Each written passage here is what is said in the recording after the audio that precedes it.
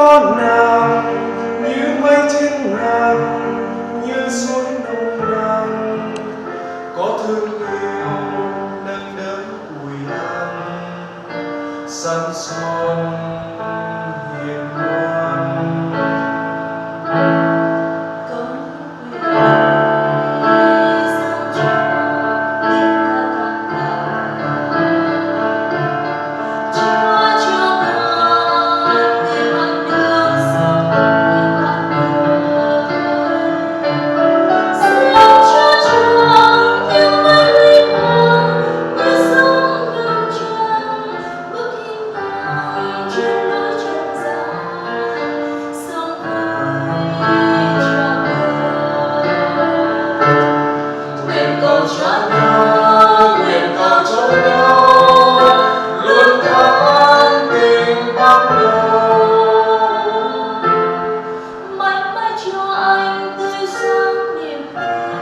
Mãi mãi cho em thơm nắng ấm tình, nguyện cầu cho nhau, nguyện cầu cho nhau.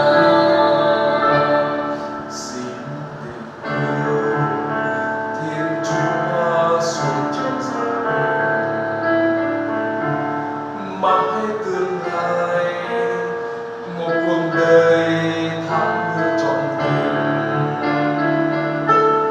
Xin cho nàng vui trong ước nguyện, xứng đáng mẹ hiền, biết hy sinh đưa dẫn đàn ca.